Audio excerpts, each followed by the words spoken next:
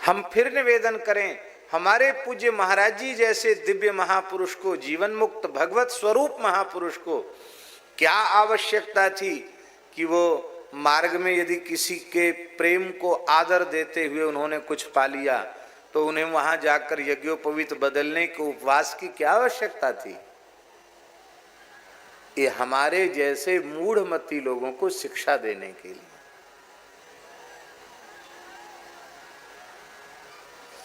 आज वर्तमान में जो सबसे बड़ी समस्या है वो यही है कि उपदेश देने वाले बहुत लोग हो गए, पर उसके अनुरूप जिनका जीवन हो ऐसे लोग बहुत थोड़े रह गए हैं। पर उपदेश कुशल बहु तेरे, जे आचरहि ते नर न घनेरे, ये स्थिति आ गई। इसलिए उसका प्रभाव जैसा होना चाहिए वैसा नहीं। पर इससे भी निराश होने की आवश्यकता नहीं।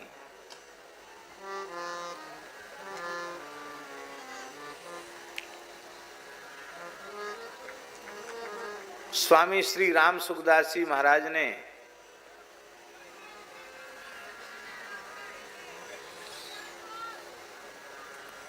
सेठ जी से अनुमति चाहिए कि मैं मौन हो जाऊं, एकांतवास करूं, आपका सत्संग होता केवल उतना सुन लिया करूं, बाकी मौन हो जाऊं। ये सब यहाँ जाना वहाँ जाना ये सब नहीं करूं। सेठ श्री जयदयाल गोयनका जी ने पूछा समस्या क्या है? तो स्वामी जी बोले, महाराज मैं इतनी बढ़िया बढ़िया बात सुनाता हूं लेकिन इनमें परिवर्तन नहीं है। सेठ जी ने कहा हम इतनी बढ़िया बढ़िया बात सुनाते, एक एक दिन में 6-6, 8-8 बार भी सत्संग करते हैं। त्रिकाल संध्योपासन के अतिरिक्त जो भी समय मिलता है उसमें सत्संग ही करते हैं। कितने लोगों में परिवर्तन है? तो लोगों में परिवर्तन नहीं हो रहा है, केवल इतना विचार करके हम भगवत चर्चा बंद कर दें, भगवत गुणगान बंद कर दें, गीता भागवत रामायण की चर्चा बंद कर दें, ये अच्छी बात नहीं है। पूज्य सेठ जी ने, जयदयाल गोविंदका जी ने कहा कि हम जो बढ़िया बात सत्संग की कह रहे हैं भगवान की प्रेरणा से, उसको कोई पात्र होगा तो ग्रहण करेगा।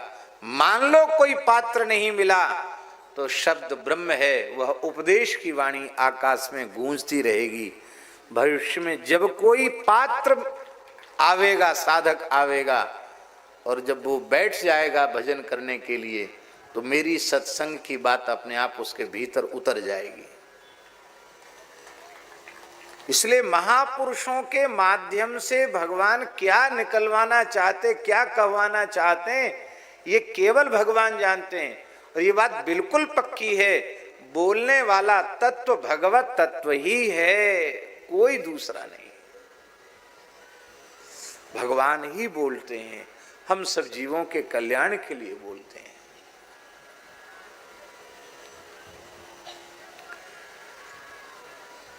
तो हमारी श्रद्धा बढ़े, हमारा विश्वास बढ़े। कैसा विश्वास है कि विष पीने पर भी उनको विष का प्रभाव व्याप्त नहीं हुआ।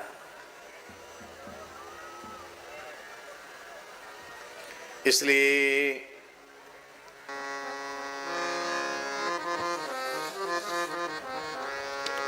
भवानी शंकरौ वंदे श्रद्धा विश्वास रूपिणौ, याभ्याम बिना न पश्यन्ति सिद्धा स्वान्तस्थमीश्वरम।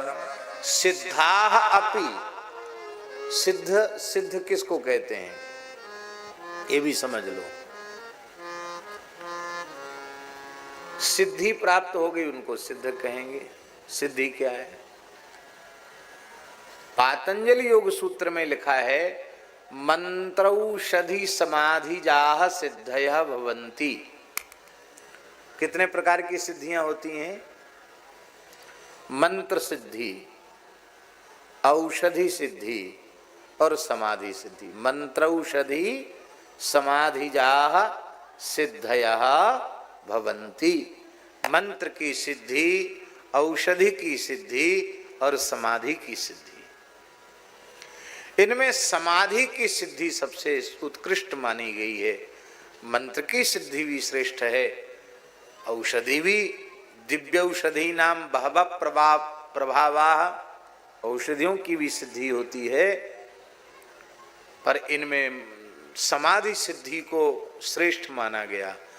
पर कोई ऐसा व्यक्ति हो जिसको मंत्र सिद्धि भी हो चुकी हो, औषधि सिद्धि भी हो चुकी है, समाधि सिद्धि भी हो चुकी है, किंतु यदि उसके हृदय में जैसी श्रद्धा और जैसा विश्वास होना चाहिए वैसा श्रद्धा विश्वास दृढ़ नहीं है, तो सिद्धा अपि स्वांतस्थमीश्वरम याभ्याम बिना न पश्यन्ति।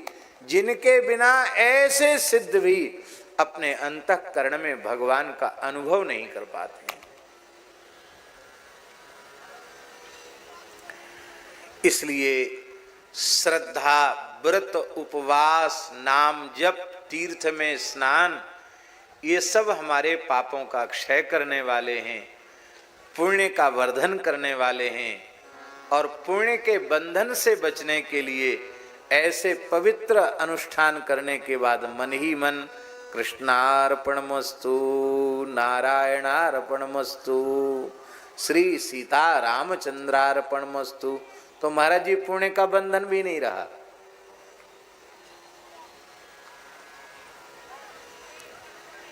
पर लाभ तभी होगा जब हम श्रद्धा पूर्वक करेंगे, विश्वास पूर्वक करेंगे, तो लाभ होगा।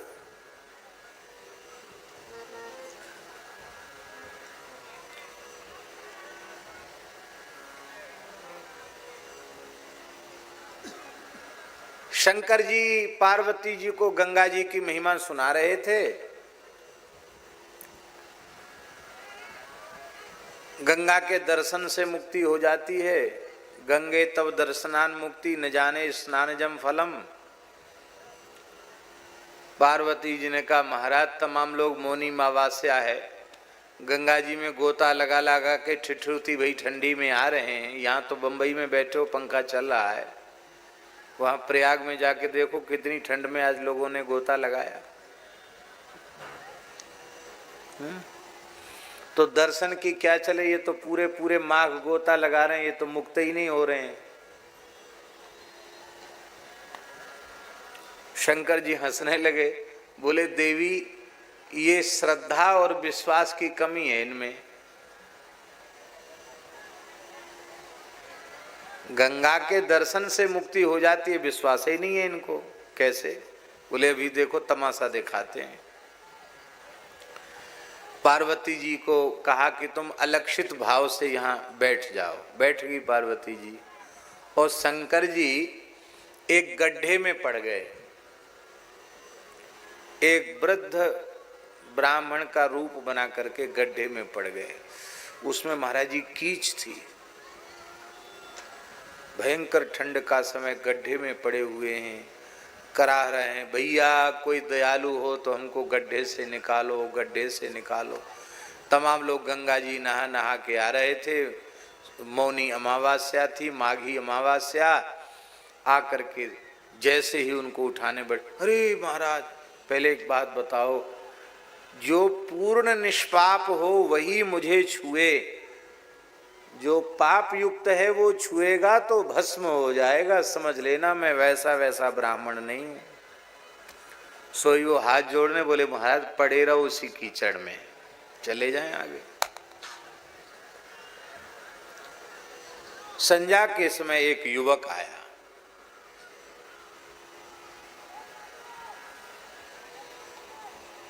बढ़ा, अरे भाई बड़े दयालु हो तुम, सुन करके हमारी पुकार आए हो, लेकिन ध्यान से सुनो, सर्वथा निष्पाप हो वो मुझे छू सकता है, नहीं तो छूते ही भस्म हो जाएगा। उसने हंसते हुए कहा ब्राह्मण देव, अभी अभी गंगा स्नान करके आ रहा हूं, हमारे बालों से गंगा जल टपक रहा है, अभी गंगा जल सूखा तक नहीं है, और फिर भी मैं पाप युक्त हूं। गंगा जी तो सबके पाप ताप संताप को दूर करती हैं, तो फिर भी मुझ में पाप है। अरे गंगा स्नान करने वाला तो मैं निष्पाप हूं।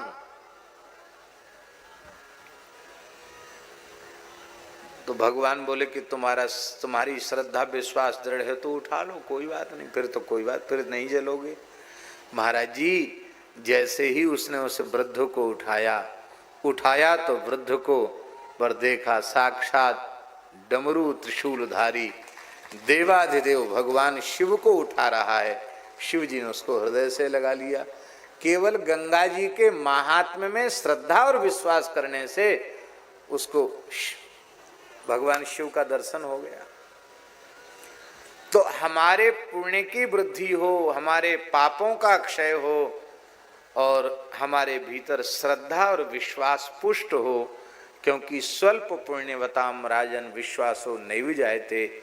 इसलिए हम लोगों पवित्र भारतवर्ष में जन्म लिया है, पवित्र परंपराओं से हम लोग जुड़े हुए हैं। तो हमें समय समय से एकादशी, अमावास्या, पूर्णिमा आदि पर्वों का खूब हृदय से आदर करना चाहिए। इतनी ही बात हम कहना चाहते हैं बंबई वासियों से, वो भी इसलिए कि आप लोग सर्व तीर्थाधिपति समुद्र के तट पर रह रहे हैं, इसलिए आपसे ये कहने का हमारा मन था, मैंने कह दिया। आज इसलिए हमारे मन में आया कि आज इतना बड़ा महापर्व है तो क्यों न मैं गौ माताओं के नाम उच्चारण कर लूं, क्योंकि लिखा हुआ है पठेत तु यह पर्वसु गोष्ठ मध्ये न तस्य पापम न भयम न शोकम सहस्र नेत्रस्य च याति लोकम। जो बहुला समंगा अकुतो भया क्षेमा सख्या भूयसी सर्वसाहा, महाभारत में लिखा है, गौ माताएं स्वयं कहती हैं इन 7 नामों का जो उच्चारण करता है मेरे, वह संपूर्ण पापों से मुक्त हो जाता है और सहस्र नेत्रस्य च याति लोकम, भगवान के नित्य धाम की प्राप्ति का अधिकारी हो जाता है। बहुले समंगे यकुतो भये च क्षेमे च सख्ये वही भूयसी च यथा पुरा ब्रह्मपुरे सवत्सा शतक्रतुर्वज्रधरस्य यज्ञे भूयस्य या विष्णुपदे स्थिताया विभावशोश्चापि पथे स्थिताया देवाश्च सर्वैः सह नारदेन प्रकुर्वते सर्वसहेति नाम मंत्रे नैते नाभिवंदेति यो वै विमुच्यते पापकृतेन कर्मणा लोका नवाप्नोति पुरंदरस्य गवाम फलम चंद्रमसोद्युतंच एतम ही मंत्रम त्रिदिशाभिजुष्टम पठेत्तु यह पर्वसु, ये पर महापर्व है, गोष्ठ मध्य न तस्य पापम न भयम न शोकम सहस्र नेत्रस्य च याति लोकम। सहस्र नेत्रस्य का अर्थ क्या है? यहाँ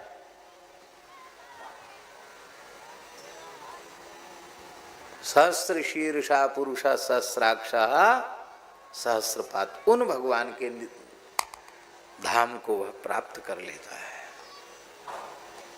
तो आज मौनी अमावस्या का पर्व है, वैसे तो हमने उच्चारण करा दिया है, फिर उच्चारण कर लें।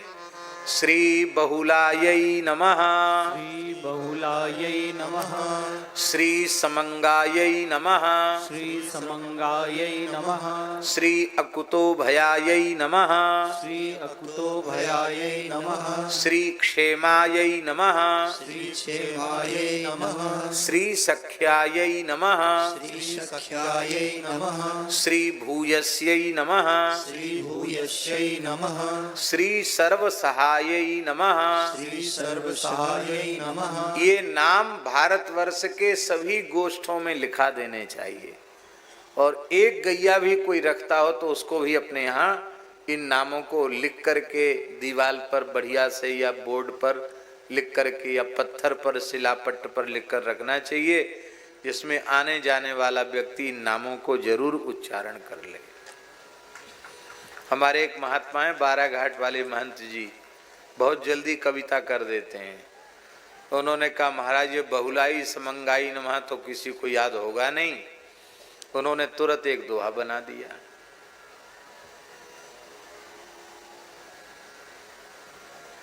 बहुला समंगा अकुतो भया क्षेमा सख्या भूयसी, सर्व सहा के नाम लिए ते सर्व पाप कटसी। तो ये और सरल है, एक दोहा तो सब कोई सभी याद कर सकते हैं। सर्व पाप कटसी, अच्छा है, कटसी कहो चाहे हटसी कहो, जो भी हो। बहुत आनंद मिला, भगवान की बड़ी कृपा है।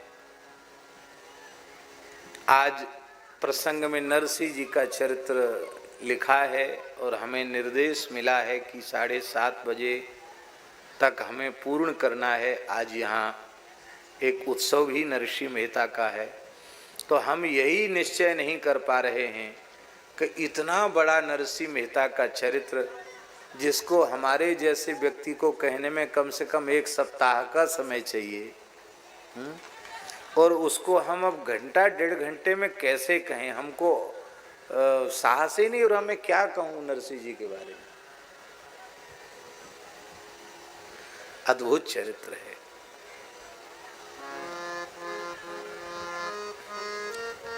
श्रद्धा और विश्वास की दिव्य परिणति नरसिंह जी के चरित्र में दिखाई पड़ती है। श्रद्धा किसको कहते हैं, विश्वास किसको कहते हैं, ये ठीक से समझना हो तो नरसिंह जी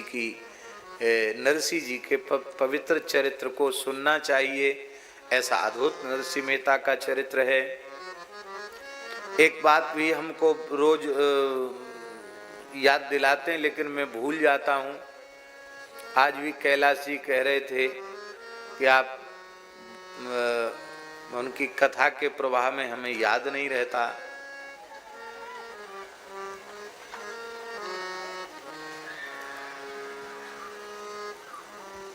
एक बड़ा सुंदर अवसर भगवान की कृपा से, गौ माता की कृपा से, संतों की कृपा से हम लोगों को प्राप्त होने वाला है। रस व्रजवास महोत्सव वो एक प्रकार से चातुर्मास से ही है। श्रावण भादों 2 महीने जड़खोर गौशाला में हम लोग निवास करेंगे। परम श्रद्धेय पूज्य श्री पथमेड़ा महाराज जी पूरे समय गोष्ठ में विराजेंगे, और श्री राधा कृष्ण बाल व्यास जी वो उसके एक प्रकार से कहना चाहिए सूत्रधार, भगवान ने उनको बनाया है। कैसे उत्सव मनाए जाएंगे वो पूरे समय रहेंगे, उनके भी भजन कीर्तन का लाभ मिलेगा। 2 महीने तक दास भी नित्य आर्ष ग्रंथों पर कुछ न कुछ प्रवचन करेगा। और श्रद्धेय स्वामी श्री गोविंद देवगिरी जी वे भी महाभारत का कुछ प्रवचन 7 दिन 10 दिन जितना उनको समय होगा उतने दिन वो महाभारत का भी प्रवचन करेंगे। और श्री गोस्वामी पुंडरीक जी भी कुछ अपनी वाणी से प्रसाद देंगे। ऐसी अनेक दिव्य महापुरुष, स्वामी राम प्रसाद जी महाराज भी पूरे समय विराजेंगे। स्वामी नवल राम जी महाराज भी अपने पूरे परिकर के सहित पूरे समय विराजेंगे। तो भारतवर्ष की बड़ी बड़ी दिव्य विभूतियाँ 2 महीने विराज रही हैं गोष्ठ में।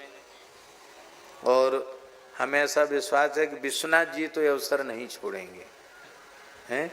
ये 2 महीना तो ब्रजवास इनको करना ही चाहिए, क्योंकि इतना सुंदर अवसर आप सबको भी न्योता है। मान लो 2 महीने लोग नहीं रह सकते हैं तो 10 दिन 5 दिन के लिए भी कोई समय निकाले तो एक घड़ी आधी में पुनियाद, तुलसी संगति साधु की हरे कोटि अपराध। तो कम से कम दिन का भी आपको वहाँ वास मिलेगा, तो ब्रजवास मिलेगा और गोष्ठ में गौ माताओं का दर्शन होगा। और भगवान की कृपा, गोमाता की, संतों की कृपा कैसी होती है। थोड़े से समय में उस क्षेत्र में गोमाता की कृपा से कितना सुंदर स्वरूप प्रकट हुआ है। गोष्ठ का, गायों का, कैसी प्राकृतिक छटा है, वो सब प्रत्यक्ष वहां देखने को मिलेगी। हम ये बिल्कुल नहीं कहते कि आप सेवा करिए, हम ये कहते आप वहां आइए और अपने नेत्रों से गोमाता का दर्शन कीजिए और गोमाता की सेवा का दर्शन कीजिए। हम नहीं कुछ कर रहे हैं, न कोई व्यक्ति कर रहा है, ये केवल और केवल भगवान कर रहे हैं। भगवान के इस मंगलमय कार्य में जो भी भगवान जिनका उपयोग कर लें वे धन्य हैं। जिनका उपयोग कर लें वे धन्य हैं, निश्चित धन्य हैं। श्री वृंदावन बिहारी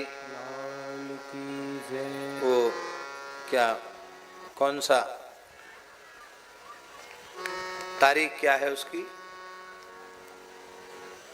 इसमें लिखा तो है लेकिन हम चश्मा निकाल रहे हैं। तिथि मुझे याद है, श्रावण कृष्ण प्रतिपदा से भाद्र शुक्ल पूर्णिमा तक, माने सीधा सीधा गुरु पूर्णिमा से भादों की पूर्णिमा तक, ऐसा समझ लीजिए। 6 जुलाई से 2 सितंबर पर्यंत ये उत्सव है और इसमें पूरे सत्संग परिवार को भी सादर आमंत्रण है और आप सब लोगों को भी खूब आमंत्रण है। और जो ब्रजवासी हैं वो तो उनको तो भैया अपने घर को काम है, वो तो घर की बात है, वहाँ तो आना चाहिए हैं। घर में न्योतो थोड़ी दियो जाए हैं, घर किन्ने न्योतो दियो जाए। और आप तो ब्रजवासी तो सब अपने हमारे घर के ही हैं, वे तो सब आवेंगे ही और रासलीला भी होगी, रासलीला के भी दर्शन होंगे।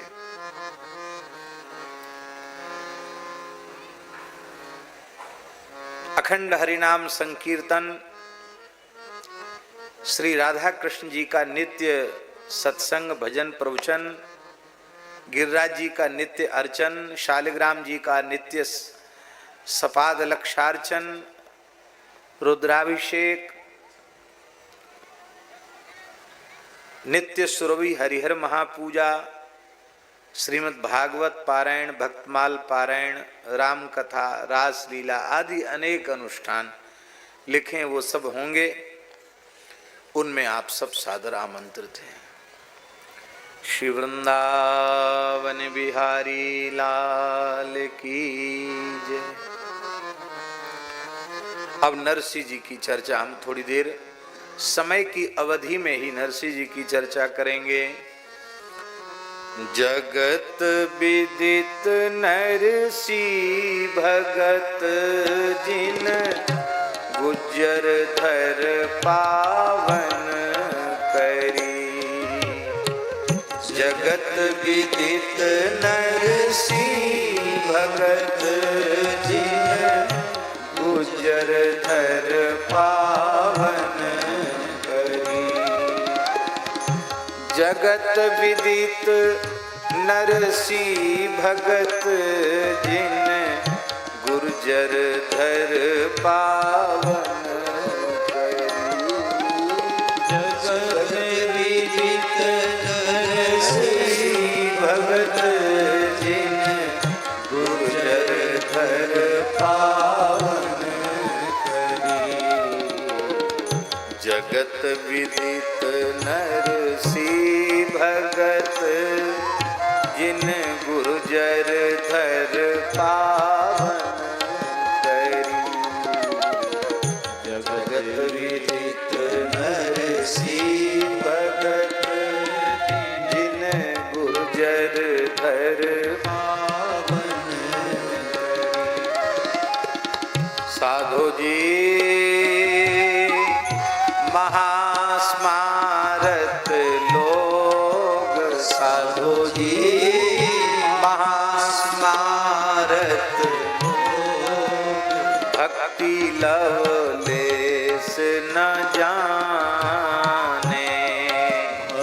भक्ति लवलेस न जाने। छप्पे संख्या 108। साधो जी महास्मारत लोग, साधु जी महास्मारत लोग, भक्ति लवलेस न जाने, भक्ति लवलेस न जाने। साधु जी माला मुद्रा देखी, साधु जी माला मुद्रा देखी, तासु की निंदा ठाने, तासु की निंदा ठाने। साधु जी ऐसे कुल उत्पन्न, साधु जी ऐसे कुल उत्पन्न। सभी गाइए। साधु जी ऐसे कुल उत्पन्न, साधु जी ऐसे कुल उत्पन्न। भयो भागवत शिरोमणि, भयो भागवत शिरोमणि। साधु जी ऊसरते सर कियो, साधु जी ऊसरते सर कियो, खंड दोषई खोयो जिनि, खंड दोषई खोयो जिनि। बहुत ठौर पर दियो, रस रीति भक्ति हृदय धरी। बहुत ठौर पर दियो, रस रीति भक्ति हृदय धरी। जगत विदित नरसी भगत, जिन गुर्जर धर पावन करी। जगत विदित नरसी भगत, गुर्जर धर पावन करी। जिन गुर्जर धर पावन करी, जिन गुर्जर धर पावन करी।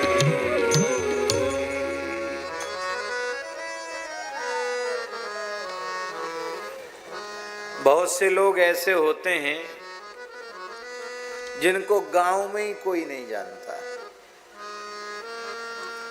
उसी गांव में रहते कोई नहीं जानता, ऐसे होते हैं। बहुत से लोग होते ग्राम विदित, बहुत से लोग होते हैं ब्लॉक विदित, बहुत से लोग होते हैं तहसील विदित, बहुत से लोग होते हैं जनपद विदित। अरे पूरे जनपद में, पूरे जिले में उनका नाम है, सब जानते हैं उनको। कोई ऐसे भी हो सकते हैं जो प्रांत विदित हों। अब मुख्यमंत्री तो प्रांत विदित होता कि नहीं होता, पर कितने दिन के लिए होता है। बहुत से ऐसे होते हैं जो देश विदित होते, राष्ट्रपति प्रधानमंत्री पूरा देश उनको जानता है, पर कितने दिन के लिए होते हैं विदित।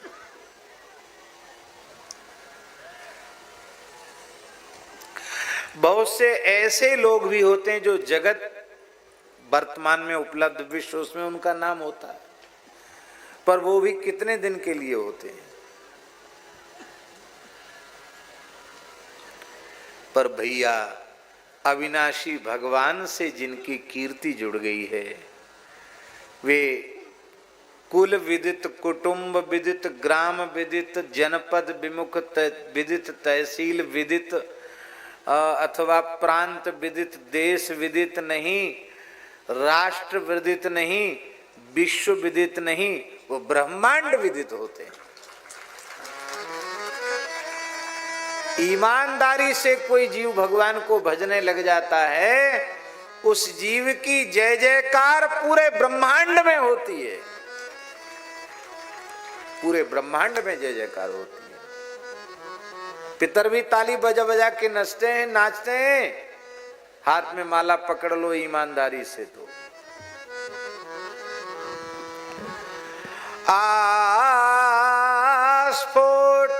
आस्फोटयन्ति पितरा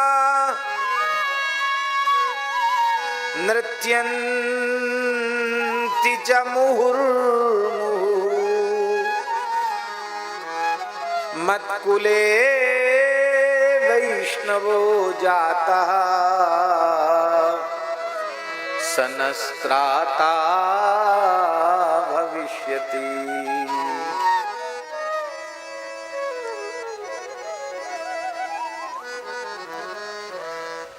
हमें परम श्रद्धे प्रातस्मरणीय पंचरसाचार्य जीवन मुक्त भगवत प्राप्त भगवत स्वरूप आचार्य कोटि के महापुरुष परम पूज्य श्री हर्षण कुंज सरकार का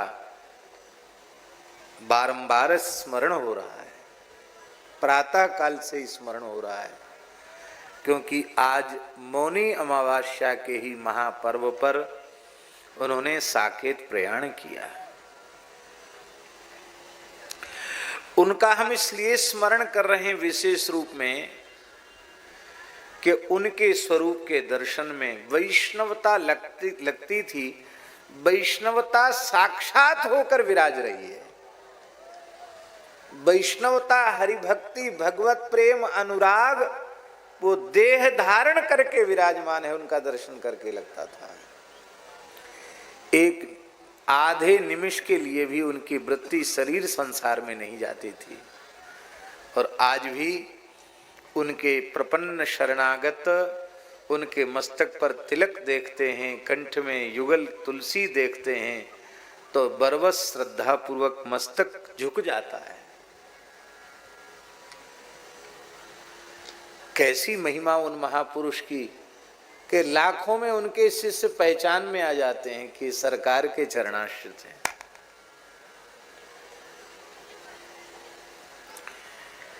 इस दृष्टि से ऊर्ध्वपुंड्र और तुलसी की दृष्टि से हम परम श्रद्धेय अखिल विश्व में भक्ति का प्रचार करने वाले पूज्य स्वामी श्री प्रभुपाद जी को भी हम दंडवत प्रणाम निवेदन करते हैं कि उनकी कृपा से पूरे विश्व में जहां कहीं जाओ सब जगह सुंदर वैष्णव तिलक, शिखा, गले में तुलसी, माला झोली दिखाई पड़ती है। धन्य उस महापुरुष की महिमा। बंबई जैसे शहर में लोग छोटे छोटे बच्चे भी माला झोली लेकर जप कर रहे हैं। धन्य है, वाह धन्य है, प्रणाम के योग्य हैं वे सब।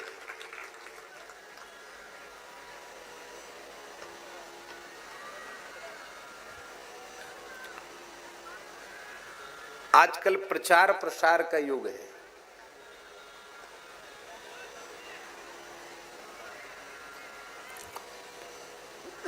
तरह तरह के तरीके प्रचार प्रसार के हैं और निरंतर हो ही रहे हैं।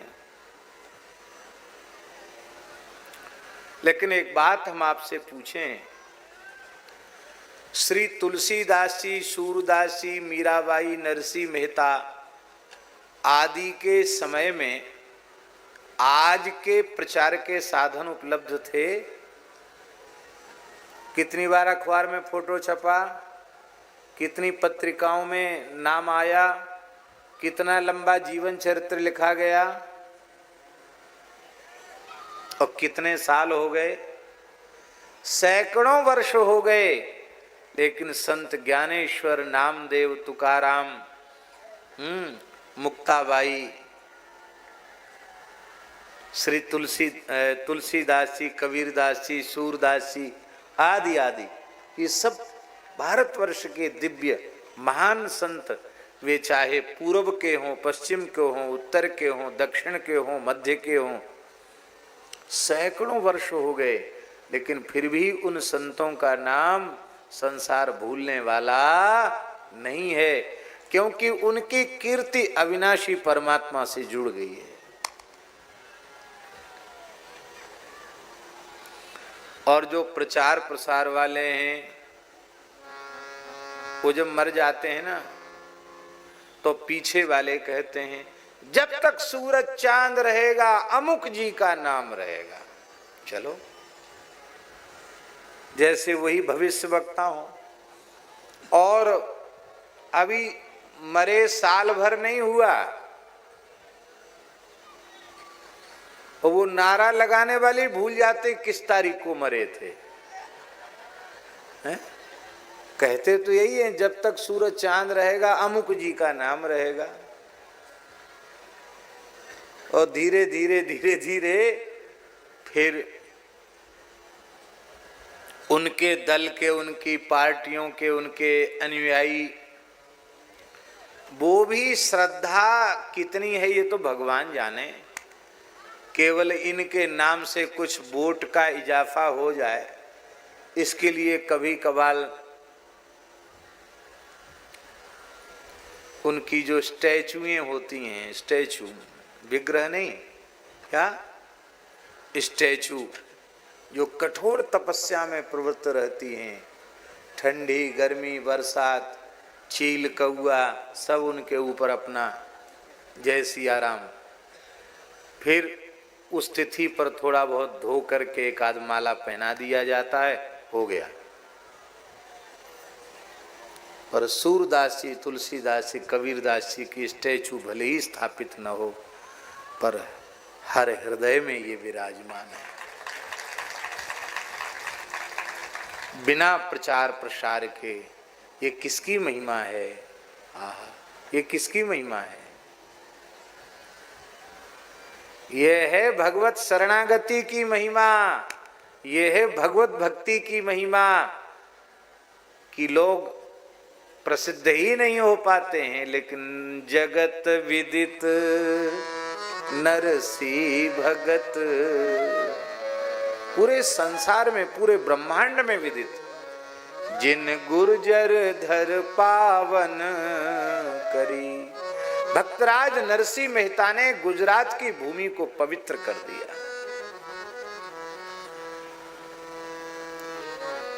आप लोग कहें गुजरात की भूमि अपवित्र थी क्या? बोले हाँ, आगे तो चर्चा आएगी ही। पद्म पुराणोक्त भागवत महात्म्य को उठा करके देखें तो नारद जी और भक्ति महारानी का जो संवाद हो रहा है,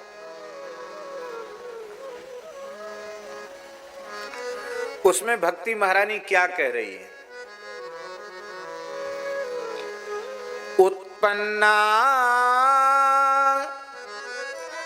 द्रविड़े साहम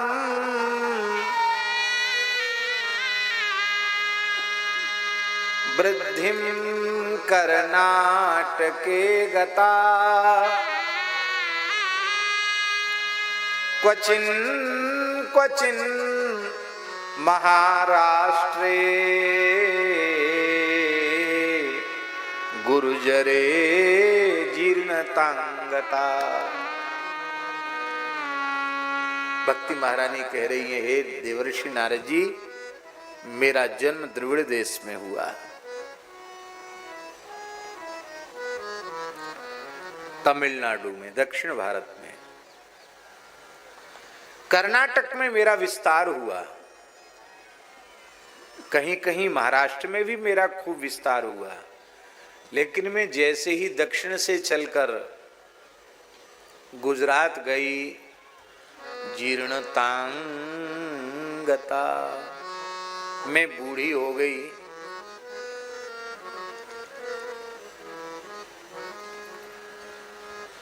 जिस गुजरात में भक्ति बूढ़ी हो गई थी, उस गुजरात की धरती पर जन्म लेकर नरसिंह मेहता ने भक्ति को युवती बना दिया।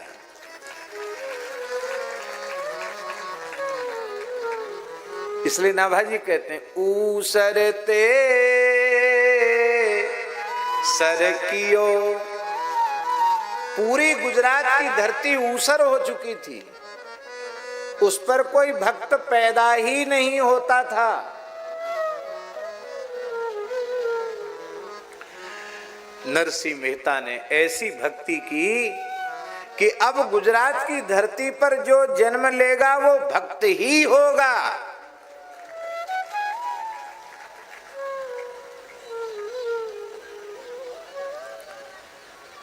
ऊसरते सरकियो।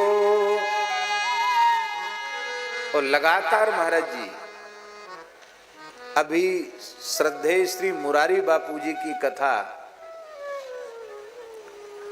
पता नहीं चल रही है कि पूरी होने वाली, पूरी हो गई, चल रही है अभी। वहां बीरपुर में कथा चल रही है। संत श्री जलाराम जी के यहाँ कथा चल रही है। कितना समय हुआ संत जलाराम बापा को? 200 वर्ष। कितने साल? 200 वर्ष। ये 200 वर्ष 200वां उत्सव है जो जलाराम बापा ने अन्न क्षेत्र शुरू किया था जीव मात्र की सेवा, उसको 200 वर्ष पूरे हो रहे हैं। उनकी उसकी स्मृति में श्रद्धेय श्री मुरारी बापूजी राम कथा का गान कर रहे हैं। मानस सदावर्त।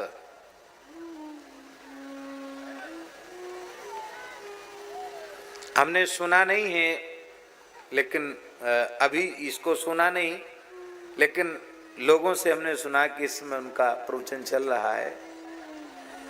पूरा हो गया कि अभी चल रहा है? चल रहा है। शायद कल पूर्ण हो जाएगा, रविवार को पूर्ण होगा। ठीक। महाराज जी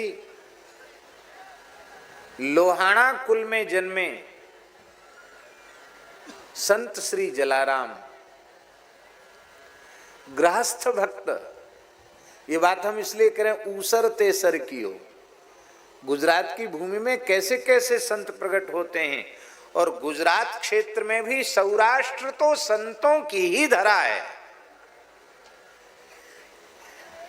गुजरात में भी जो सौराष्ट्र का इलाका है वो तो संतों की ही भूमि है।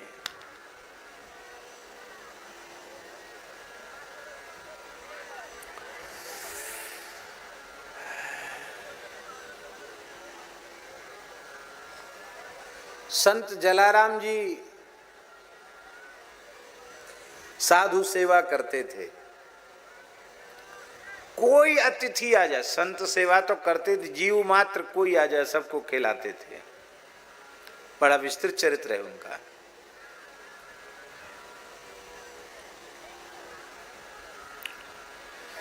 और कोई साधु ब्राह्मण उनसे कुछ भी मांग ले वो दे देते थे। ये विचार नहीं करते थे कि मेरा क्या होगा। और स्वयं पत्नी के सहित परिश्रम पूर्वक खेती करते थे। पर ये ठाकुर जी की कृपा है कि उनके यहाँ अभाव नहीं, सब ठाकुर जी की कृपा से सब होता था।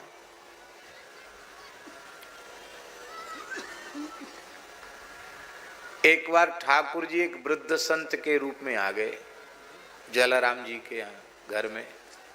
पत्नी ही उनकी रोटी बना के जिमाती थी।